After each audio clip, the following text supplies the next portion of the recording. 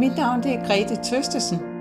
Jeg er privatpraktiserende kiropraktor, og jeg har en mastergrad i kiropraktisk børnebehandling fra Bournemouth Universitetet i England. Jeg vil gerne fortælle om børn med skæve eller flade baghoveder, og det kaldes også plagiocefali.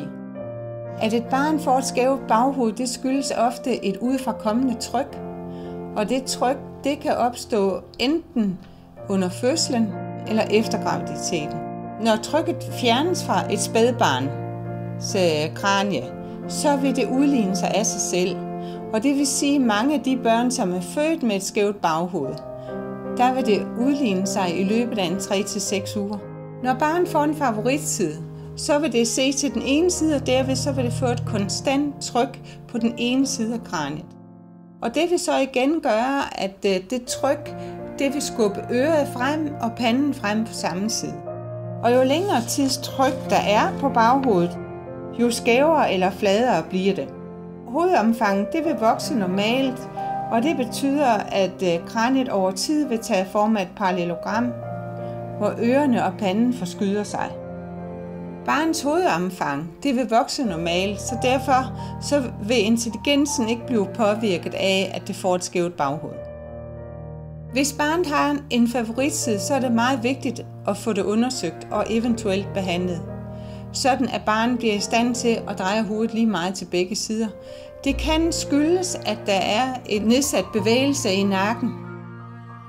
Når barnet er i stand til at dreje hovedet til begge sider, så skal man prøve at undgå det tryk på den flade side af kraniet. Og i stedet for sørge for, at trykket kommer over på den anden side, så parallelogrammet det udlignes. Og så skal man derefter begynde at træne barnet i at ligge på maven. På den måde der styrker det nakkemusklerne, så det selv er i stand til at dreje hovedet. Mine undersøgelser viser, at børn, der har skæve eller flade baghoveder, de har mindre tendens til, eller de kan dårligere lide at ligge på maven, end børn med runde baghoveder. Der er flere undersøgelser, der viser, at spædbørn generelt ligger for lidt på maven. Som tommelfingerregel, så ligger man sammenlagt i døgnet barnet 5 minutter på maven i løbet af den første leveuge. Og det øger man med 5 minutter om ugen. Man skal huske at lægge sit barn til at sove på ryggen om natten for at undgå vuggedød. Man skal huske, når barnet ligger på ryggen, og dreje hovedet fra side til side, så man undgår et skævt baghoved.